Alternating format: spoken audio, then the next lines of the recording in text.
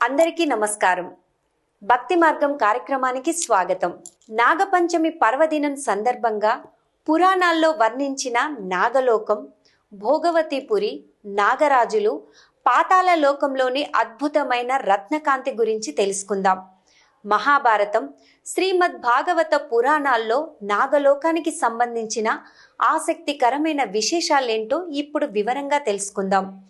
హిందూ పురాణాలు, ఇతిహాసాలు, శాస్త్రాల్లో నాగలోకం గురించి అనేక ఆసక్తికరమైన వర్ణనలు కనిపిస్తాయి. ముఖ్యంగా శ్రావణ మాసంలో జరుపుకునే నాగపంచమి సందర్భంగా నాగదేవతలను ఆరాధించడంతో పాటు పురాణాల్లో చెప్పబడిన నాగలోకం, నాగవంశం, సర్పరాజుల గురించి తెలుసుకోవడం విశేష ఆసక్తిని కలిగిస్తుంది. హిందూ విశ్వ సృష్టి భావన ప్రకారం బ్రహ్మాండం 14 లోకాలుగా విభజించబడింది. వీటిలో 7 ఊర్ధ్వలోకాలు, 7 అధోలోకాలు ఉన్నాయి. అధోలోకాల్లో పాతాళం ఒకటి. పురాణ వర్ణనలో పాతాళంలోని ఒక ప్రాంతాన్ని నాగలోకం లేదా భోగవతిపురిగా పేర్కొంటారు. ఇది కేవలం చీకటి ప్రపంచంగా కాకుండా అపారమైన సంపద, రత్నాలు, వైభవం, శక్తితో నిండిన లోకంగా వర్ణించబడింది. పురాణాల్లో వర్ణించిన నాగలోకం, భోగవతిపురి, నాగరాజులు, పాతాళ లోకంలోని అద్భుతమైన రత్నకాంతి గురించి తెలుసుకుందాం. మహాభారతం, హిందూ పురాణాలు, ఇతిహాసాలు, శాస్త్రాల్లో నాగలోకం గురించి అనేక ఆసక్తికరమైన వర్ణనలు కనిపిస్తాయి. శ్రీమద్ భాగవత పురాణంలోని 5వ స్కందంలో పాతాళ లోకానికి సంబంధించిన విస్తృతమైన వర్ణన కనిపిస్తుంది. పాతాళం అధోలోకాలలో దిగువ భాగంలో ఉన్నట్లు పురాణం వివరిస్తుంది. అక్కడి వాతావరణం, భవనాలు, ఉద్యానవనాలు, రత్నాలు, సంపద గురించి ఎంతో వైభవంగా ప్రస్తావిస్తుంది. ఈ ప్రాంతంతో సంబంధం ఉన్న నాగరాజుల్లో వాసుకి, తక్షకుడు, కాళీయుడు వంటి పేర్లు పురాణ కథల్లో ప్రముఖంగా కనిపిస్తాయి. నాగుల నివాసంగా చెప్పబడే భోగవతి అత్యంత సంపన్నమైన నగరంగా కొన్ని పురాణ సాంప్రదాయాల్లో వర్ణించబడింది. అయితే వివిధ పురాణాల్లో నాగలోకం, పాతాళం, భోగవతి గురించి వర్ణనలు కొంత విభిన్నంగా ఉన్నాయి. కాబట్టి వీటన్నింటినీ ఒకే భౌగోళిక ప్రదేశంగా కాకుండా పురాణ విశ్వ దర్శనంలోని విభిన్న భావనలు చూడడం సముచితం. నాగలోకానికి సంబంధించిన వర్ణనలో అత్యంత ఆసక్తికరమైన అంశం అక్కడ దివ్యకాంతి. పురాణాల ప్రకారం పాతాళ లోకానికి సూర్యకిరణాలు నేరుగా చేరవు. అయినప్పటికీ అది చీకటిలో మునిగిపోయిన లోకం కాదు. అక్కడ నివసించే నాగుల తలలపై ఉండే రత్నాల నుంచి వెలువడే దివ్య తేజస్సు ఆ ప్రాంతానికి ప్రకాశవంతంగా ఉంచుతుందని వర్ణనలు చెబుతాయి. ఆ రత్నాల కాంతి వల్ల అక్కడి భవనాలు, పరిసరాలు, ఉద్యానవనాలు అద్భుతమైన వెలుగుతో మెరిసిపోతాయని పురాణ వర్ణన. అందుకే పాతాళ లోకం గురించి చెప్పేటప్పుడు కేవలం భయానకమైన అంధకార ప్రపంచంగా కాకుండా రహస్యమైన, వైభవపేతమైన లోకంగా చిత్రించారు. నాగుల గురించి అత్యంత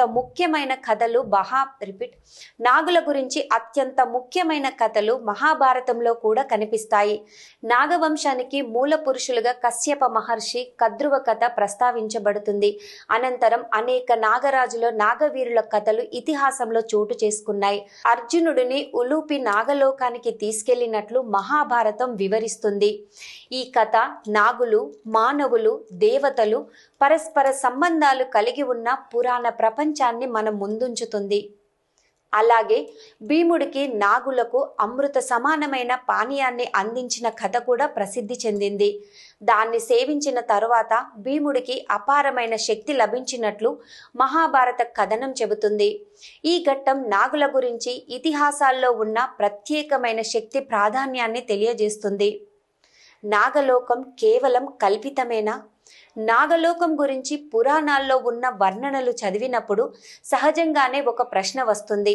నాగలోకం నిజంగా భౌతికంగా ఉన్న ప్రదేశమా? దీనికి శాస్త్రీయంగా నిర్ధారించబడిన సమాధానం లేదు. ఆధునిక శాస్త్రానికి నాగలోకం అనేక ప్రత్యేక భౌతిక ప్రపంచం ఉన్నట్లు నిర్ధారించే ఆధారాలు లేవు. అయితే హిందూ పురాణ సాంప్రదాయంలో నాగలోకం ఒక పురాణ ఆధ్యాత్మిక విశ్వంలోని ముఖ్యమైన లోకంగా ప్రస్తావించబడింది. అందువల్ల పురాణ వర్ణనలు, చారిత్రక లేదా భౌగోళిక ఆధారాలు కాకుండా ఆ కాలంలోని మతపరమైన విశ్వాసాలు, ప్రతీకలు, ఆధ్యాత్మిక భావనలు, సాంస్కృతిక సాంప్రదాయాల కోణంలో అర్థం చేసుకోవడం సరైనది. శ్రావణ మాసంలోని నాగపంచమి రోజున నాగదేవతలను ఆరాధించడం హిందూ సాంప్రదాయంలో విశేష ప్రాధాన్యాన్ని కలిగి ఉంది.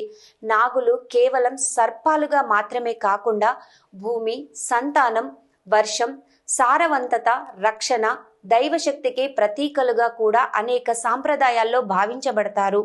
నాగపంచమి సందర్భంగా నాగదేవతలను స్మరించుకోవడంతో పాటు నాగుల గురించి పురాణాలు, ఇతిహాసాల్లో చెప్పబడిన కథలను తెలుసుకోవడం మన ప్రాచీన సాంస్కృతిక సాంప్రదాయాలను అర్థం చేసుకోవడానికి ఉపయోగపడుతుంది. నాగపంచమి సందర్భంగా నాగదేవతలను భక్తితో స్మరించడంతో పాటు ఈ ప్రాచీన కథల వెనుక ఉన్న ఆధ్యాత్మిక, సాంస్కృతిక, ప్రతిష్టాత్మక భావనలను తెలుసుకోవడం మరింత అర్థవంతమైన అనుభూతి ఇస్తుంది. చూశారు కదండి నాగపంచమి విశిష్టత. మరిన్ని మంచి విషయాలతో మళ్ళీ మీ ముందుకు వస్తుంది మీ మీడియా మిజైల్స్. అంతవరకు చూస్తూ ఉండండి.